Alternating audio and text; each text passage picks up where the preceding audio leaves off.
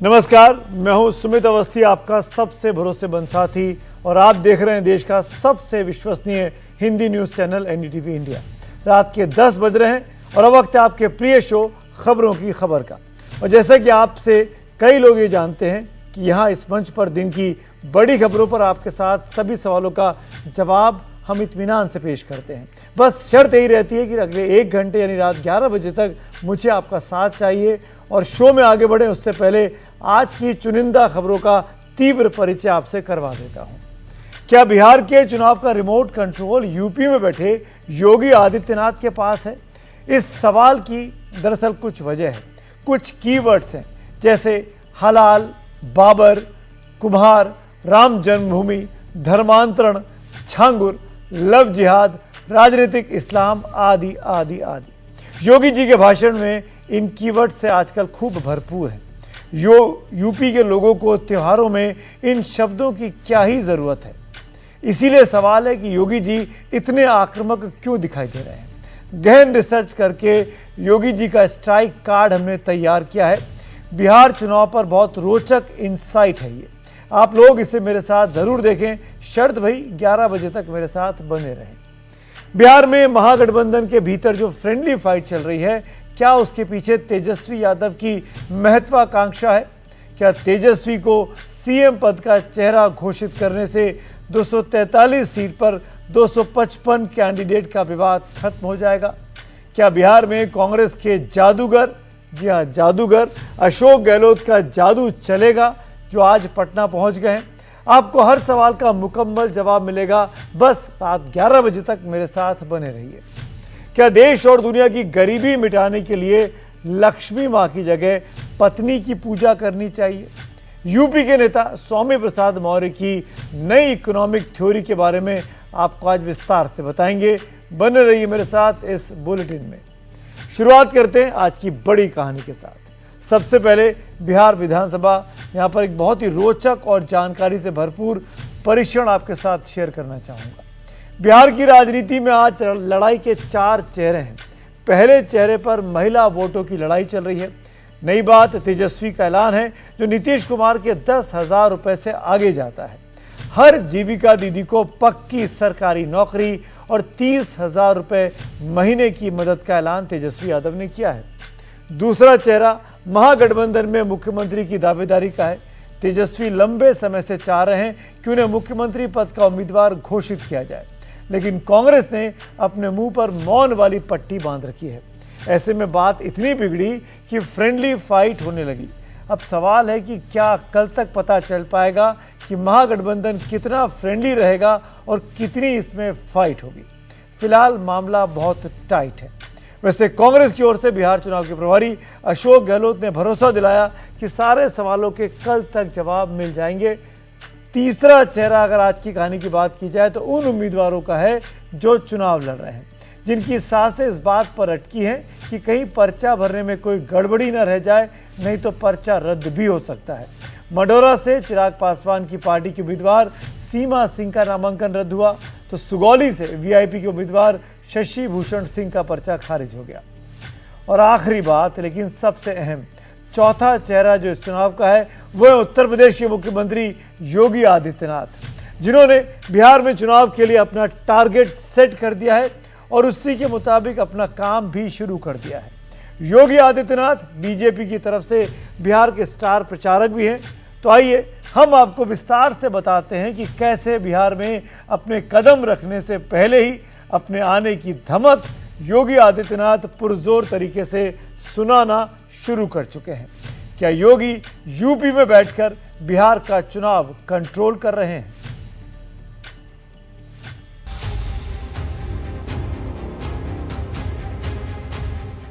जिन लोगों ने अयोध्या की गलियों को राम भक्तों और कार सेवकों के शरीर को छलनी करके लहूलुहान किया था, आज उनको अयोध्या की दीपोत्सव का कार्यक्रम भी अच्छा नहीं लग रहा है। प्रदेश के खजाने को सफाई महोत्सव और कब्रिस्तान की बाउंड्री के नाम पे खर्च करते थे। अयोध्या में सरयू किनारे झिलमिल दीपों के बीच योगी आदित्यनाथ का वो बयान जिससे निकला दिवाली के पटाखों से भी ज्यादा शोर। उत्तर प्रदेश के मुख्यमंत्री योगी आदित्यनाथ बातें तो अपने प्रदेश की कर रहे थे, लेकिन उसकी ध्वनि पड़ोस के बिहार में ज्यादा सुनाई पड़ रही होगी। वैसे भी योगी बिहार में चुनाव के लिए बीजेपी के स्टार प्रचारक हैं। इस नाते भी उत्तर प्रदेश से उठी उनकी आवाज बिहार के चुनाव में धमाका ला सकती है। आप जब कोई सामान खरीदते हैं तो सामान खरीदते समय एक चीज जरूर देखिए, क्या उसमें हलाल सर्टिफिकेशन तो नहीं लिखा हुआ है। यानी हर वस्तु में हलाल सर्टिफिकेशन। हमने यूपी में बैन किया है। मुझे लगता है कि आज यूपी के उत्तर प्रदेश के अंदर कोई उसको खरीदने का या कोई बेचने का दुस्साहस नहीं करेगा। अगर पिछले कुछ दिनों के योगी आदित्यनाथ के भाषणों को आप गौर से सुने तो उसमें राम भक्त है, बाबर है, हलाल है, छांगुर है, राणा प्रताप और शिवाजी है और राजनीतिक इस्लाम है। और ये सारे शब्द चुनावी मौसम में राजनीतिक ध्रुवीकरण का जरिया बन सकते हैं। राजनीतिक इस्लाम की कहीं चर्चा नहीं होती। जिसने आस्था पर कुठाराघात किया, यानी ब्रिटिश उपनिवेशवाद के खिलाफ हम लड़े थे, हमारे पूर्वज लड़े थे, बड़ी बड़ी लड़ाइयां लड़ी थी। छत्रपति शिवाजी महाराज को, गुरु गोविंद सिंह जी महाराज को, महाराणा प्रताप को, महाराणा सांगा को हम इसी बात के लिए स्मरण करते हैं। लेकिन ये राजनीतिक इस्लाम वही है जो छांगुर के रूप में डेमोग्राफी को चेंज करके राष्ट्र माता के टुकड़े टुकड़े करने की मंशा के साथ कार्य कर रहा है। अगर 2020 में बिहार विधानसभा चुनाव को देखें तो वहां बीजेपी की जीत का पैटर्न बहुत चौंकाने वाला दिखता है। बिहार के जिन 13 जिलों में मुस्लिम आबादी का दबदबा है, वहां एनडीए ने 69% सीटें जीत ली, यानी 68 सीटें, जबकि महागठबंधन को 26% सीटें ही मिली, यानी 26 सीटें। वहीं जिन 25 जिलों में मुस्लिम आबादी कम है, वहां एनडीए 40% सीटें, यानी 57 सीटें ही जीत पाई, जबकि महागठबंधन ने 58% सीटें, यानी 84 सीटें जीत ली। इससे आप अंदाजा लगा सकते हैं कि योगी आदित्यनाथ के बारे में क्यों ये खबरें सामने आईं कि बिहार के सीमांचल में उनका दौरा सबसे ज्यादा होने वाला है, जहां मुस्लिम आबादी 65% तक भी पहुंच जाती है। कालनेमी, ताड़का और शूर्पणखा, ये 3 जो पात्र हैं रामायण कालखंड के, इनकी प्रासंगिकता समाज तोड़ने के बारे में वह हर युग में रही है और वह हर युग में उस रूप में अपनी मौजूदगी से अपने षड्यंत्रों को अंजाम देने के लिए तैयार करते रहे। हमें आज भी उस दुष्प्रवृत्ति से अपने को सचेत रखना पड़ेगा, जो भोली भाली जनता को बहकाने का काम कर रहे हैं, जो आपके परिवारों के अंदर घुस करके हिंदू बेटियों के साथ छल कपट करके, प्रपंच करके, खिलवाड़ करके करने का कुत्सित कार्य कर रहे हैं। आपने अभी देखा होगा कैसे छद्म नाम पर ये लोग कार्य करते हैं। वह छद्म नाम आपने अभी विगत दिनों देखा होगा, बलरामपुर जिले में, उत्तर प्रदेश के बलरामपुर जिले में जलालुद्दीन उर्फ छांगुर के षड्यंत्रों को आपने देखा होगा। किस रूप में वह व्यक्ति कालनेमी बनकर के उस पूरे क्षेत्र में षड्यंत्रों को अंजाम दे रहा था। लेकिन वोट का गणित सिर्फ हिंदू बनाम मुसलमान के खेल तक सिमटा नहीं है, बल्कि हिंदू वोटों को जोड़ने के लिए नए तरीके भी निकल रहे हैं। अयोध्या में दीपावली के अवसर पर मुख्यमंत्री योगी आदित्यनाथ की देखरेख में 20 लाख दिए जले। उन दियों के बहाने ही मुख्यमंत्री योगी आदित्यनाथ ने कुम्हार समाज को मिट्टी निकालने के लिए जमीन देने की बात कर दी। ये 26,17,000 से अधिक जो दीप अयोध्या धाम में आज प्रज्वलित हुए हैं, अयोध्या के ही प्रजापति और कुम्हार जाति के जुड़े हुए लोगों के परिश्रम के प्रतिफल के फलस्वरूप ये दीप बने हैं। ये लोग नहीं चाहते थे कि इन लोगों को एक काम मिले। लोक कल्याण के इस काम का एक सिरा बिहार के चुनाव से जुड़ सकता है कि बिहार में कुम्हार अति पिछड़े वर्ग में आते हैं। इनकी आबादी करीब 1.40% है। लखनऊ से उठी आवाज बिहार तक पहुंची तो कुम्हार वोट कमल खिलाने में मददगार हो सकते हैं। दरअसल योगी आदित्यनाथ की छवि बीजेपी के भीतर सबसे ज्यादा वोट दिलाने वाले नेता की है। बिहार के पिछले विधानसभा चुनाव में योगी आदित्यनाथ ने बिहार में 20 रैलियां की थीं, जिनमें 13 पर जीत मिली थी। उनमें से भी 12 सीटों पर तो बीजेपी को ही जीत मिली थी। धीरे धीरे योगी आदित्यनाथ का कद इतना बढ़ता गया कि पिछले साल उन्होंने महाराष्ट्र में 24 जगहों पर रैली की थी और उनमें से 22 पर बीजेपी की अगुवाई वाली महायुति की जीत हुई थी। योगी ने हरियाणा में 14 रैलियां की थीं, जिनमें 9 पर बीजेपी को जीत मिली थी। तो वहीं जम्मू और कश्मीर के जम्मू में योगी आदित्यनाथ ने 4 सीटों पर रैली की और 4 पर बीजेपी को जीत मिली। वैसे आपको याद होगा कि पिछले साल हरियाणा और महाराष्ट्र के चुनाव के दौरान ही योगी आदित्यनाथ ने ये नारा दिया था, जिसकी खूब चर्चा हुई थी। राष्ट्र से बढ़कर के कुछ नहीं हो सकता, कुछ नहीं हो सकता। और राष्ट्र तब सशक्त होगा जब हम एक रहेंगे, नेक रहेंगे, तभी नेक रहेंगे। बटेंगे तो कटेंगे। हालांकि बिहार की राजनीति में गिरिराज सिंह जैसे बड़े नेता हैं जो योगी आदित्यनाथ के हलाल वाले बयान को और जोर शोर से आगे बढ़ाते हैं। झटका मिट भारत के सनातनियों को जो नॉन वेज खाते हैं, मैं बार बार कहता हूं, हमारे यहाँ बलि प्रथा है, बलि प्रथा को ही झटका कहा जाता है। इसमें क्या दुख है? किसी मुसलमान भाई को तो मैं सम्मान करता हूं, वो हलाल खाते हैं, उनको कहिए झटका खाने के लिए, वो झटका खाएंगे? नहीं खाएंगे। तो हम भी नहीं खाते हैं, दूसरों को भी मना करते हैं। बात राजनीतिक आजीविका की है, इसीलिए बिहार चुनाव में एक तरफ हिंदुत्व की लड़ाई है तो वहीं दूसरी तरफ जीविका दीदी के जरिए आधी आबादी का दिल जीतने के लिए भी जद्दोजहद जारी है। मुख्यमंत्री नीतीश कुमार ने जीविका दीदी को 10,000 रुपए देना शुरू किया तो आरजेडी के नेता तेजस्वी यादव ने 30,000 रुपए देने का ऐलान कर दिया। साथ ही उसे सरकारी नौकरी में बदलने का वादा किया है, सो अलग से। जितनी भी जीविका दीदी की सीएम है, कम्युनिटी मोबिलाइजर्स है, उनको जो है हम लोग परमानेंट करेंगे और 30,000 रुपये प्रति माह उनको जो है दिया जाएगा। और यही नहीं, जितनी भी जीविका दीदियाँ हैं जो लोन ली हैं, इंटरेस्ट जो उनका है, उस इंटरेस्ट को भी जो है हम लोग माफ़ करेंगे और 5 लाख रुपए तक का बीमा जो है उन जीविका दीदियों का हम लोग कराने का काम करेंगे। तेजस्वी को ये अच्छे से पता है कि महिला वोट कितनी अहमियत रखती है। आखिर नीतीश कुमार ने महिलाओं की बेहतरी के लिए जो काम किए थे, उस पर ही तेजस्वी भी चल पड़े हैं, क्योंकि नीतीश सरकार आने के बाद महिलाओं की भूमिका चुनाव बनवाने में बढ़ती गई। 2005 के जिस चुनाव में नीतीश कुमार मुख्यमंत्री बने थे, उसमें पुरुष मतदान 47% हुआ, जबकि महिला मतदान 44.5%। 5 साल बाद 2010 में पुरुष मतदान 51.1% हुआ और महिला मतदान 54.5%। 2015 में पुरुष मतदान 53.3% रहा तो महिला मतदान 60.5%। तो वहीं 2020 में पुरुष मतदान 54.5% गया और महिला मतदान 59.7%। इसीलिए महिलाओं के बीच नीतीश कुमार का क्रेज आज भी कायम है। ये दूसरी बात है कि इसी बहाने विपक्ष नीतीश की सेहत पर सवाल उठा रहा है और जेडीयू कह रहा है कि नीतीश की सेहत बिल्कुल ठीक है।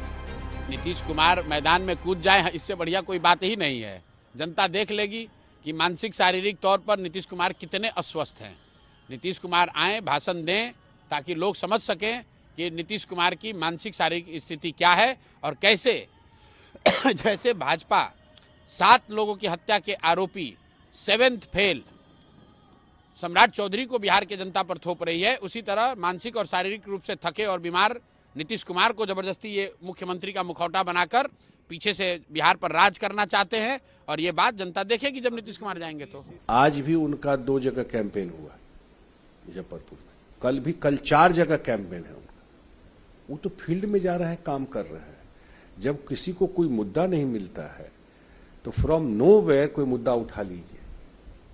बहुत कुछ चीज हम लोग जितना हाई प्रेशर जॉब में रहते हैं, हो क्या गया है, वो लोग ओल्ड स्कूल के, उनको उतना नहीं ख्याल रहता है कि यहाँ कैमरा है, यहाँ मोबाइल है, वो मिनट टू मिनट वो चल रहा है, बिल्कुल फिट है और पूरा कैंपेन को लीड कर रहा है। तेजस्वी की नजर मुख्यमंत्री की कुर्सी पर है। इसके लिए एनडीए से उनकी लड़ाई जग जाहिर है, लेकिन अंदर खाने एक लड़ाई तो सहयोगी दलों से है। कांग्रेस ने मुख्यमंत्री उम्मीदवार बनाए जाने पर ऐसा मौन साधा कि तेजस्वी का गणित गड़बड़ाने लगा। जब तेजस्वी ने भी तेवर दिखाए तो बुधवार को कांग्रेस के जादूगर अशोक गहलोत पहले तेजस्वी से मिले, फिर दल बल के साथ लालू प्रसाद यादव से। अब गुरुवार को समझ में आएगा कि किसका जादू किस पर चला और कितना चला।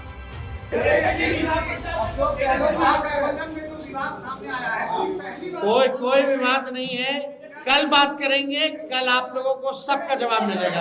ऐसा माहौल बना दिया पूरे प्रदेश में, महागठबंधन में झगड़े हो गए हैं। कोई झगड़ा नहीं है, सब मिलके ही कैंपेन करेंगे और सब मिलके ही काम करेंगे और जीत के आएंगे, ये माहौल बना है। मुख्यमंत्री का सवाल तो एनडीए में भी बना हुआ है कि चुनाव के बाद नीतीश कुमार मुख्यमंत्री रहेंगे या नहीं। जेडीयू अपने नेता की दावेदारी को कमजोर करना नहीं चाहती, इसीलिए उसके दबाव में प्रदेश बीजेपी भी नीतीश कुमार को अपना चेहरा मान रही है। पहले जेडीयू के कार्यकारी अध्यक्ष संजय झा ने कहा कि चेहरा तो नीतीश ही है। फिर इसी बात को उप मुख्यमंत्री सम्राट चौधरी ने भी दोहराया।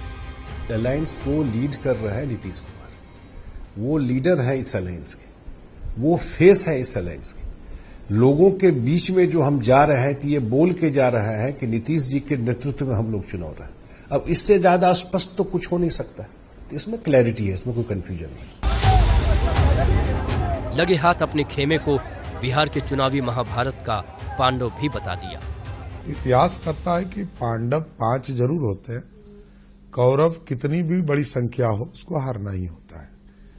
और रणनीति स्पष्ट है, बिहार में विकास और डिलीवर इस पर चर्चा होती है। तो जनता को भरोसा मोदी और नीतीश पर है, क्योंकि नीतीश और मोदी ने बिहार बदला है। तो बिहार में चुनावी चौसर पर अपने अपने दावे चले जा रहे हैं। बस इंतजार कीजिए और देखते रहिए कि अब की बार किसकी होती है शह और किसकी होती है मात। एनडीटीवी इंडिया की रिपोर्ट।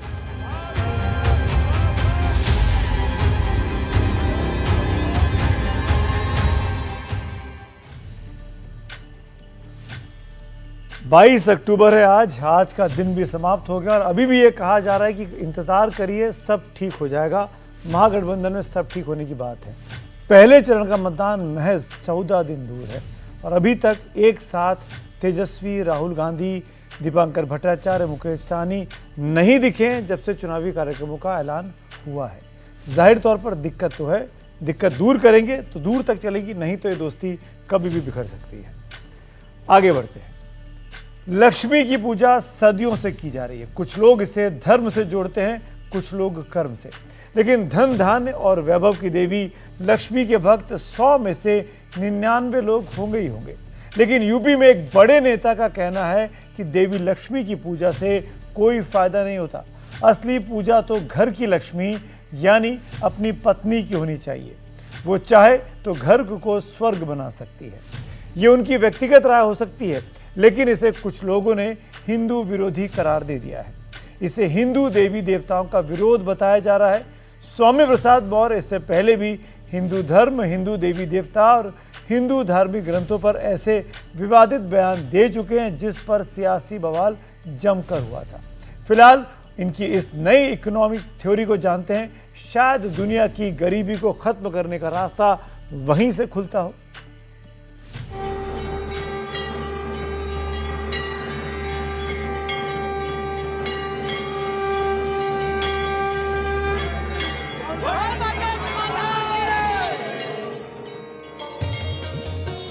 दिवाली में हिंदुस्तानी लक्ष्मी की पूजा करते हैं। पीढ़ियों से विश्वास है कि दिवाली का पर्व धन धान्य के प्रयास की वार्षिक शुरुआत है। इसमें लक्ष्मी और गणेश की पूजा होती है। लक्ष्मी वैभव के लिए और गणेश मुश्किल दूर करने के लिए। मतलब ये कि कमाई के लिए कठिनाई मिटाने की आवश्यकता सबसे ज्यादा है। और हिंदू परंपरा में ऐसा ही विश्वास है कि कमाना है तो हाथ चलाना होगा। मुहावरा है कि अपने पैरों पर खड़े हो जाओ। हाथ पर हाथ धर के बैठने को अकर्मण्यता मानते हैं। पूजा और प्रयास की जुगलबंदी ही दिवाली पर्व का संदेश है।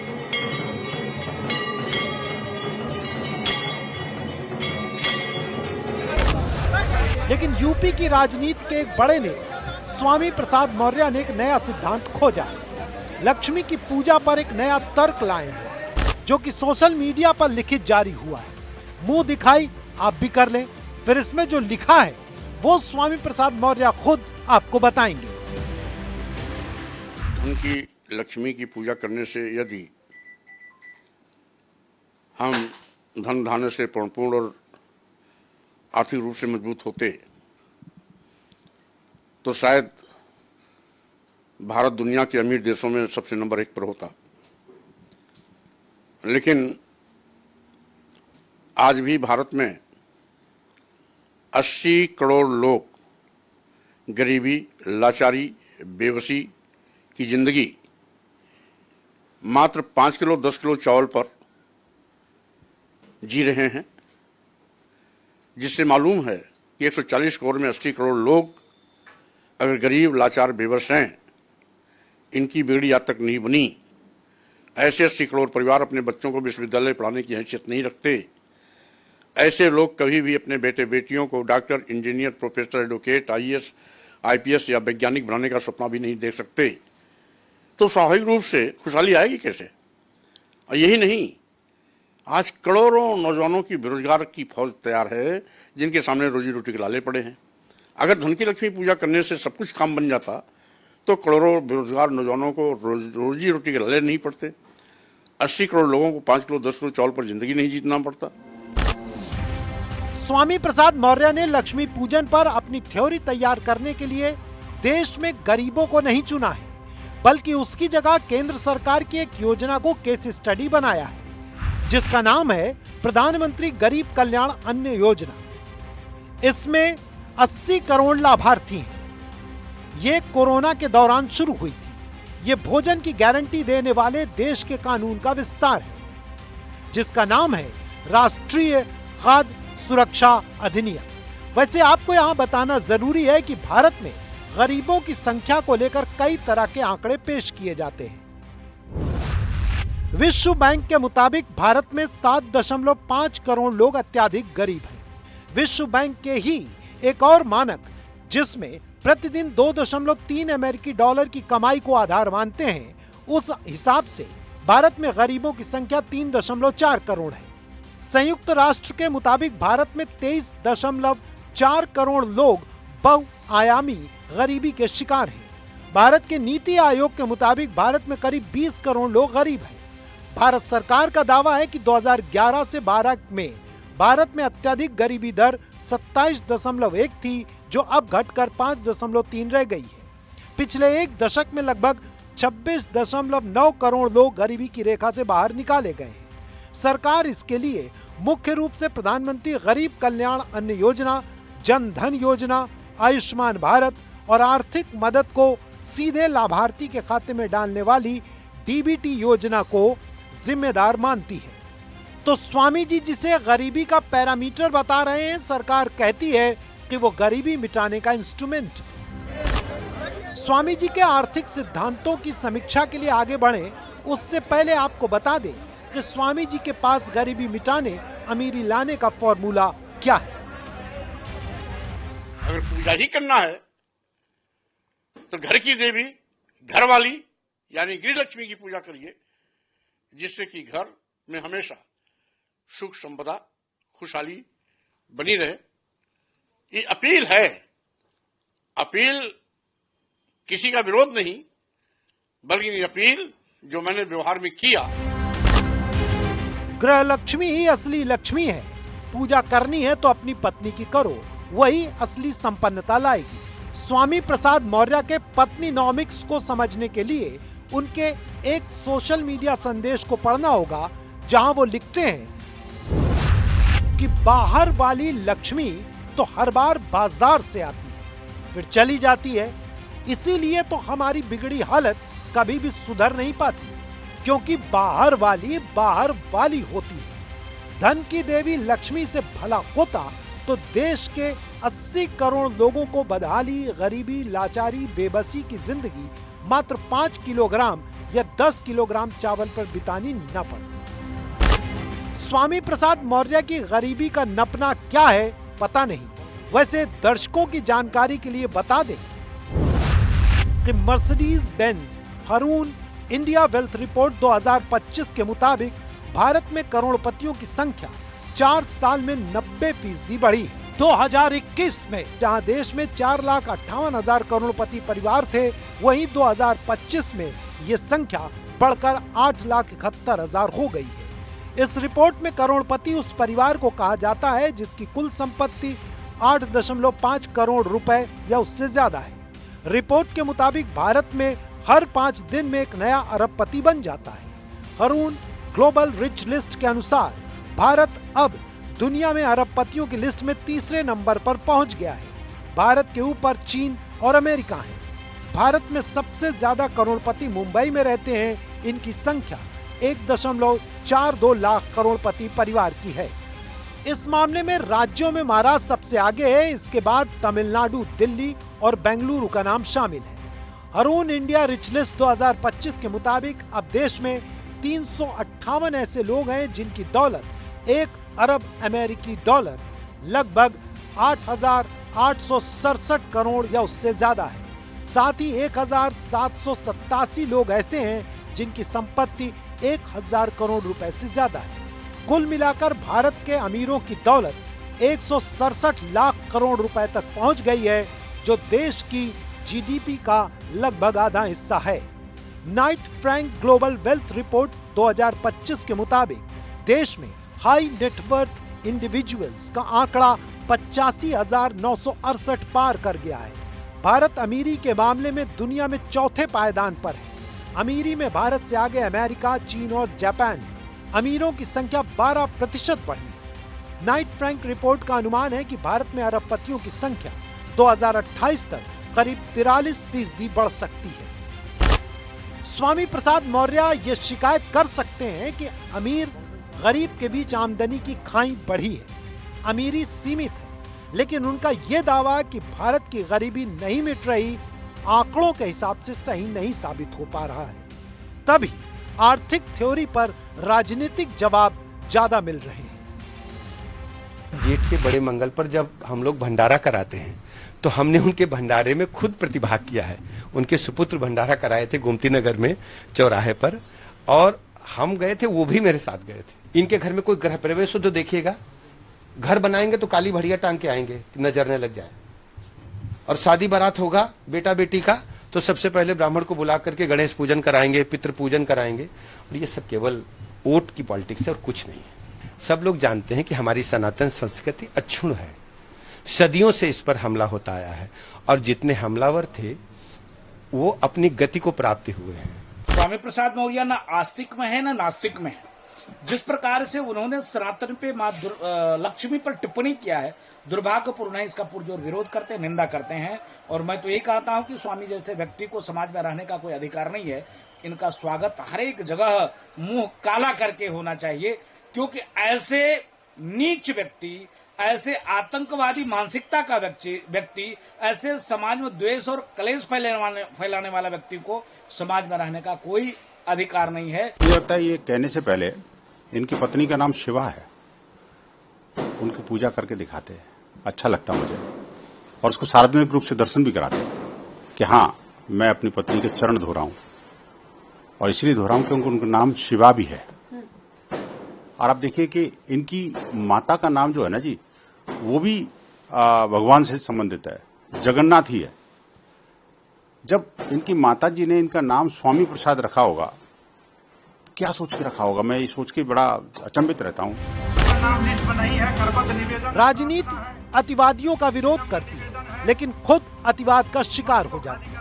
जबकि नॉन पॉलिटिकल विषय अपने सिद्धांतों पर चलते हैं, वो तुष्टीकरण के लिए नियम की रचना नहीं करते।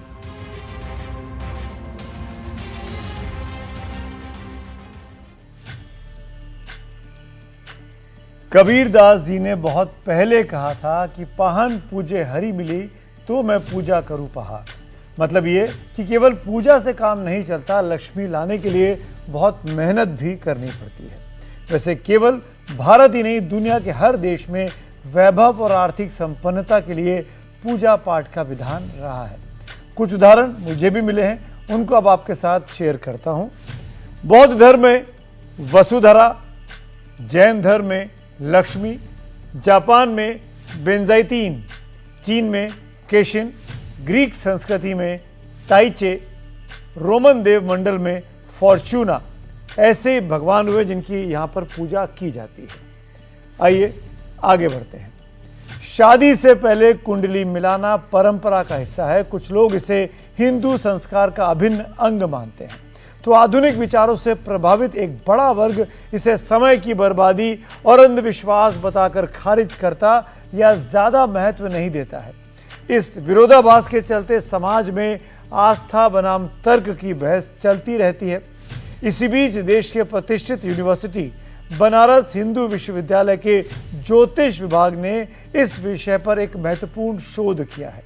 इस रिसर्च में दावा किया गया है कि कुंडली मिलाने के बाद विवाह करने वाले दंपति अधिक सुखी और स्थिर वैवाहिक जीवन जीते हैं। कुंडली न मिलाई तो इसका अंजाम पार्टनर का कातिल भी बना सकता है।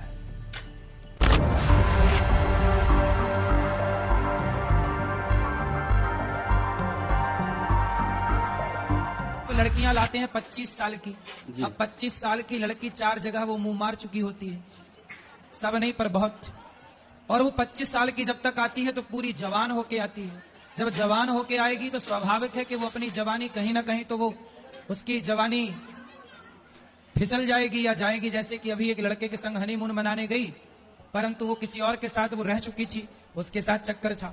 वो ड्रमवाला केस अभी पुराना हुआ नहीं जाता। वृंदावन वाले कथावाचक अनिरुद्धाचार्य ने जब कुंडली मिलाए बिना विवाह करने के दुष्परिणाम बताए थे तो विवाद का बवंडर उठ खड़ा हुआ था। लेकिन जो बात बाबा ने कही वही बात BHU के प्रोफेसर कह रहे हैं। एक तथ्य आकलित किया है, जो समाज से जो प्रैक्टिकल डेटा लिया है, जिनकी शादियां हो चुकी हैं उनके जीवन में जो समृद्धि और जो सुगमता, सरलता और संतुष्टि का जो स्तर है वो उनको हम लोगों ने प्रतिशत में आकलन करने का कोशिश किया है। तो जिनकी कुंडलियां नहीं मिल रही हैं, तो वैसे बहुत सारे ऐसे लोग हैं जिनके जीवन में सुख शांति समृद्धि नहीं है, या तो अलगाव की स्थितियां उत्पन्न हो रही हैं। कुंडली न मिल पाने के कारण विवाह से पहले कुंडली न मिलाई जाए तो अंजाम कितना बुरा होगा, और कुंडली मिलाकर विवाह किया जाए तो जीवन में प्रसन्नता और सफलता का प्रतिशत क्या होगा। बनारस हिंदू विश्वविद्यालय के ज्योतिष विभाग के प्रोफेसर इसके बारे में भी बता रहे हैं। देखिए, 2 डेटा है। एक तो है कुंडली मिलती है जिनकी, एक है जिसकी कुंडली नहीं मिलती है। तो जिनकी कुंडलियां मिलती हैं उनमें सक्सेस रेट जो है वो 70% तक सक्सेस रेट है। और जो इस चीज का सक्सेस रेट है, ये जीवन के सफलता का, जो दाम्पत्य जीवन का की जो समृद्धि है, जिसमें संतान है, एक दूसरे का स्वास्थ्य है, एक दूसरे का सामंजस्य है, एक साथ रहने वाली स्थिति है, एक दूसरे के प्रति समर्पण है, एक अपने वैवाहिक जीवन को लेकर के मन में संतोष की जो स्थितियां हैं, वो जो है उसका स्तर बड़ा अच्छा है। लेकिन जहां कुंडलियां नहीं मिल रही हैं वैसे स्तरों पे आप तो 37 की बात करते हैं, फाइनल रिजल्ट आते आते डेटा बहुत चेंज हो जाएगा और भी ऊपर जाएगा। तो जिनकी कुंडलियां नहीं मिल रही हैं वैसे अधिकतर ऐसे लोग हैं जिनके जीवन में सुख शांति समृद्धि नहीं है, एक दूसरे के ऊपर ट्रस्ट नहीं है, विश्वास नहीं है, संतुष्टि नहीं है, अनपत्यता है, रोग है। तो मतलब जीवन की एक जो समग्रता होती है वो प्रभावित हो रही है कहीं। BHU के ज्योतिष विभाग में किए गए इस रिसर्च के दावों पर यकीन करें तो जो लोग कुंडली मिलाए बिना शादी करते हैं उनके रिश्तों में दरार आ सकती है, वो विवाहेतर संबंध बना सकते हैं और बात एक दूसरे की हत्या के अंजाम तक भी पहुंच सकती है। ये रिसर्च जिन प्रोफेसर विनय पांडे की देखरेख में की गई है, उनकी सलाह है कि लोग अगर शादियों में फोटोशूट में बिजी रहने की जगह वैवाहिक मंत्रों के सही उच्चारण पर ध्यान दें तो दाम्पत्य जीवन ज्यादा अच्छा गुजरेगा। लेकिन कुंडली का ध्यान हर हाल में रखा जाना चाहिए।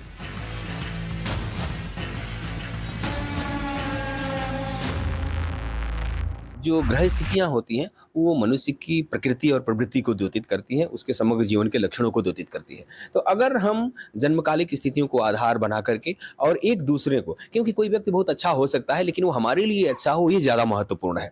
तो अच्छाई के साथ साथ वो अपनी पत्नी के लिए और पत्नी जो है वो पति के लिए अच्छा हो, इसके मिलापक का विचार अष्टकूट और ग्रह मिलापक के अंतर्गत किया जाता है। तो निश्चित ही यह जीवन का एक बहुत बड़ा तथ्य है। और अगर हम लोग जीवन में कुंडली मिलापक के द्वारा विवाह के तरफ आगे बढ़ते हैं तो जीवन में सुख, शांति, समृद्धि और समरसता का स्तर जो होगा वो सामान्य की अपेक्षा बहुत अच्छा होगा।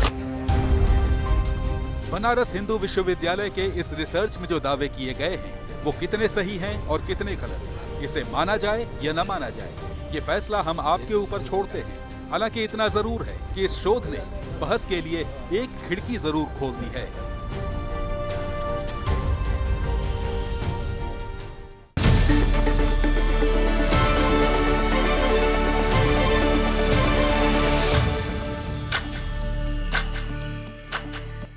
एक बार फिर आप सबका स्वागत है। इस वक्त एक बड़ी खबर आ रही है। आगरा में सड़क पर दो गुटों में ऐसी लड़ाई हुई कि जिसके हत्थे जो चढ़ा उसी को उसने पीट दिया। शहर के खंदौली चौराहे पर दो पक्षों में जमकर मारपीट हुई है। इस दौरान दोनों पक्षों के लोगों ने एक दूसरे को दौड़ा कर पीटा। यहां तक कि कुछ लोगों ने लाठी डंडे से वार किया तो कुछ ने तो जो मिला हाथ में उससे हमला करना शुरू कर दिया। मारपीट का वीडियो सोशल मीडिया पर इस वक्त वायरल है। ये तस्वीरें उसी वक्त की हैं। आज दिन की घटना है आगरा के खंदौली में। वक्त है ब्रेक का, कुछ देर में लौटता हूं, देखते रहिए एनडीटीवी इंडिया।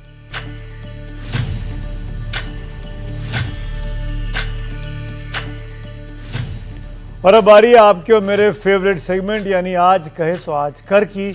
और आज का हमारा विचार है, आपके अंदर आया बदलाव आपके बाहर की आसपास की दुनिया को भी बदल देता है।